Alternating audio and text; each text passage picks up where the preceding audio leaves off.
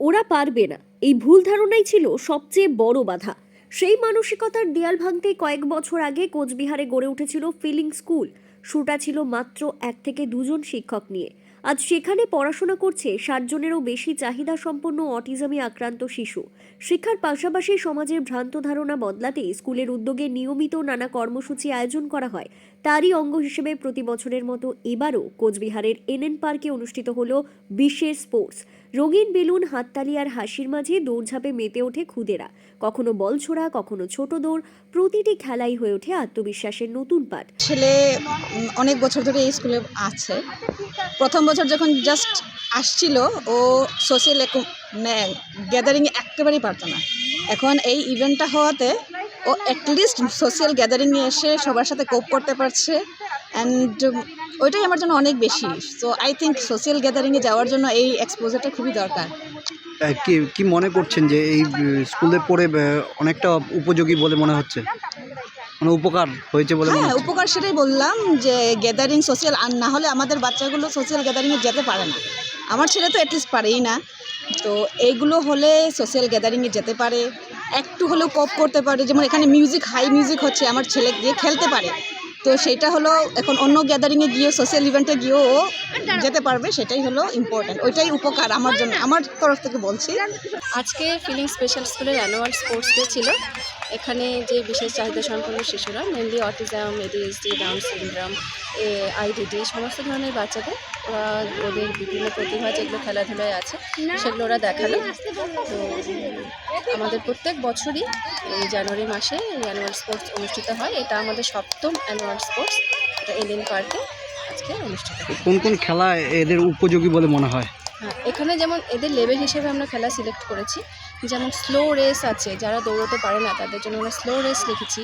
যারা দৌড়তে পারে তাদের জন্য রেস আছে, ওয়াকিং আছে, তারপর ঝুড়িতে বল রাখো, ঝুড়ি থেকে বল তোলো, লং জাম্প আছে। তো এই কনসেন্ট্রেশন গেম, এই ধরনের গেমগুলো যেগুলো ওদের কমফোর্টেবল সেই হিসেবে আমরা রেখেছি। কতজন ছাত্র ছাত্রী?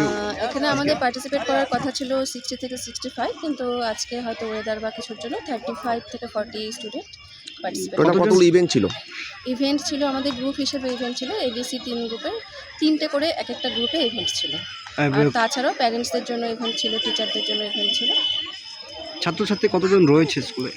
স্কুলে রয়েছে এখন থেকে 60-65 আমাদের রেগুলার স্টুডেন্ট আসছে। এছাড়াও আমাদের ওপিডি ফেসিলিটি আছে, সেখানেও বাচ্চারা বাইরে থেকে আসছে।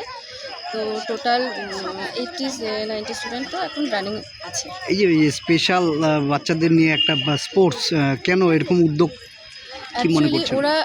ওরাও যে খেলাধুলো করতে পারে, সমাজের একটা ধারণা আছে যে যেহেতু ওরা বিশেষ চাহিদা সম্পন্ন, ওরা হয়তো কিছুই করতে পারে না। তো আমরা সমাজের কাছে এটাই বার্তা দিতে চাই যে ওরাও সব কিছু করতে পারে, একটু সঠিক প্রশিক্ষণ যদি ওদের দেওয়া যায় তাহলে কিন্তু অবশ্যই ওরা সমস্ত কিছুতে পার্টিসিপেট করতে পারে। এটাই আমাদের উদ্দেশ্য, সবাইকে বোঝানো। তো আরেকটা বিষয় যেটা বলার সেটা হচ্ছে যে যত ছোটোবেলায় আমরা বুঝতে পারবো যে শিশুটির মধ্যে কোনো সমস্যা আছে, তত তাড়াতাড়ি যদি আমরা তাদেরকে প্রশিক্ষণে আনতে পারি তাহলে তাদের জন্য অবশ্যই একটা রাস্তা খুলে আসবে। এই কারণেই আমাদের এই উদ্যোগ। বিশেষ কোন খেলা উপযোগী বলে মনে করছেন? শিশুদের দেখুন, খেলাধুলো তো সব কিছুই উপযোগী। তো বিশেষ বলতে আমরা সেরকম নির্দিষ্ট কিছু তো নেই, সব খেলাই, মানে খেলা যেটাই খেলবে সেটাই ওদের জন্য উপযোগী। এছাড়া যদি থেরাপিউটিক বলা হয় সেটা তো অনেক বিস্তারিত বলতে হবে।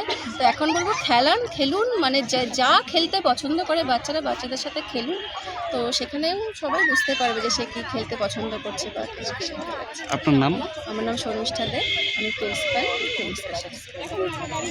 স্কুলের প্রিন্সিপাল শর্মিষ্ঠা দে জানান, অটিজম মানেই অক্ষমতা, এই ধারণা ভুল। সঠিক গাইডলাইন ও সহযোগিতা পেলে এই শিশুরাও নিজেদের প্রতিভা তুলে ধরতে পারে। এদিনের স্পোর্টস ছিল শুধু খেলা নয়, ছিল এক শক্ত বার্তা। অটিজম মানে পিছিয়ে থাকা নয়, বরং একটু আলাদা পথে এগিয়ে চলা। এই স্পোর্টস ছিল শুধু খেলা নয়, ছিল একটি শক্ত বার্তা। Bureau news, ABN 24/7, Cooch Behar.